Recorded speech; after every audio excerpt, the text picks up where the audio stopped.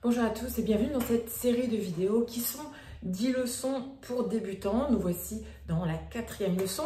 La leçon précédente parlait du soutien, dans la première partie du soutien. On a vu le diaphragme, on a vu l'effondrement des côtes. On va voir dans cette vidéo la deuxième partie. Je vais vous donner également 4 exercices qui vont vous permettre de sentir concrètement dans votre corps ce qui se passe lorsqu'on doit soutenir le son, lorsqu'on chante.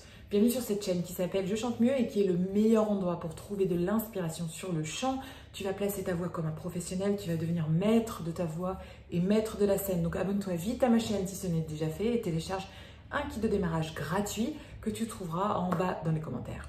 Alors voilà, si jamais là vous tombez sur cette vidéo sans avoir vu la vidéo précédente de la série, eh bien mettez pause sur celle-ci, regardez-la et on regarde celle-là après. Pourquoi? Car ce sont des leçons progressives et vous ne pouvez pas comprendre ce que je vous dis là si vous n'avez pas vu celle d'avant. Donc je compte sur vous.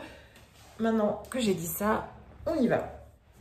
Alors on a vu dans la leçon précédente l'action du diaphragme qui, comme un plancher, soutient la voix lorsqu'on chante sur toute notre tessiture. Également comme un soufflet lorsqu'on fait du feu, vous savez, les soufflets là, et bien, de la même façon, le diaphragme, il envoie la pression de l'air et il permet à la voix d'accéder à nos résonateurs pour sonner parfaitement bien sans passer par la gorge. On a vu tout ça. Maintenant qu'on a vu ça, on a vu que ça se passait devant ici. Donc là, vous avez votre dernière côte, il se situe là, votre diaphragme, ça se situe ici. Mais on va voir dans cette vidéo que ça ne se situe pas que devant. Au contraire, le diaphragme, il est devant et dans le dos aussi. Il est accroché, si vous voulez, là, à la colonne vertébrale. Et dans le dos, il va avoir une zone particulièrement ample et beaucoup plus importante pour se déployer. Donc, on va le sentir beaucoup mieux. Et lorsqu'on soutient le son, lorsqu'on chante ou quand on fait un instrument avant, on utilise aussi beaucoup, énormément, la zone dorsale. Donc, vous allez mettre vos mains sur votre dernière côte ici. Allez-y, faites-le. Et vous allez dans la même zone, vous posez vos pouces là, ici, dans le dos, pour pouvoir sentir ce qui se passe dans le dos. On va expirer tout l'air, comme d'habitude, jusqu'à ce que vous n'ayez plus d'air dans les poumons. Si vous pensez qu'il n'y a plus d'air, ben, il y en a encore, car on a beaucoup de réserve. Donc vous expirez tout. Et une fois qu'il n'y a vraiment plus d'air, par la bouche, on va inspirer que dans le dos. On va chercher à sentir le déploiement du diaphragme dans la zone dorsale. C'est parti, on y va. On expire. Gardez vos mains là, hein, dans le dos. Et on inspire. 5 secondes. Dans le dos.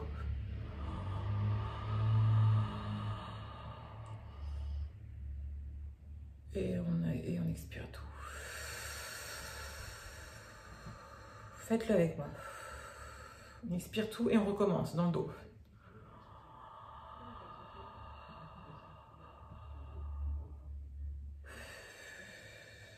Et on expire. Est-ce que vous avez senti que le diaphragme se déploie beaucoup plus dans le dos? On sent beaucoup plus son action dans le dos. Pourquoi? Parce que devant, il y a l'intestin, il y a tout notre appareil digestif qui, d'une certaine façon, empêche un peu le déploiement total du diaphragme devant. Dans le dos, il n'y a pas tout ça et il a énormément d'espace.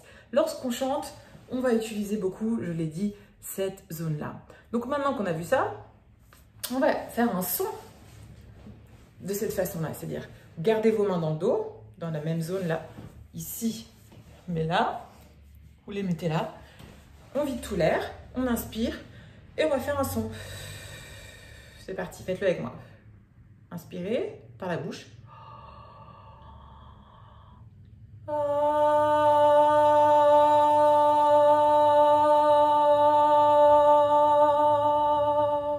Et réinspirez en bas. En cherchant à retrouver l'action du diaphragme qu'on a vu sans voix, c'est-à-dire sa rétraction. On y retourne. On réinspire.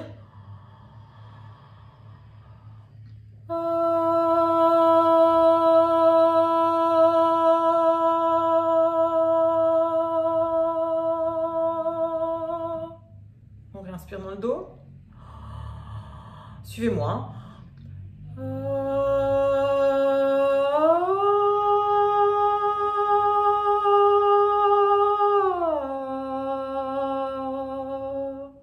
Cherchez toujours à suivre le mouvement diaphragmatique de la zone dorsale qu'on a ressenti sans son. On y retourne.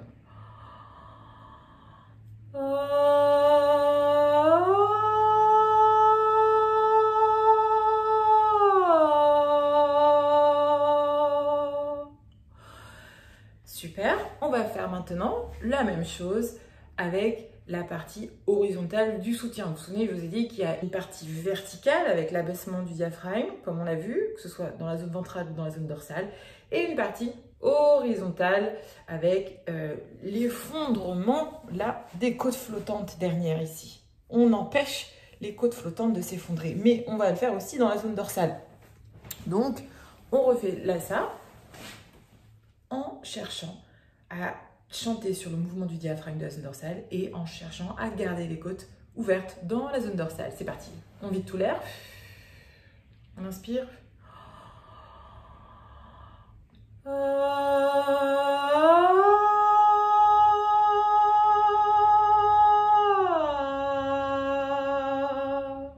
Jusqu'au bout, vous devez garder les côtes ouvertes. Ok? C'est très important.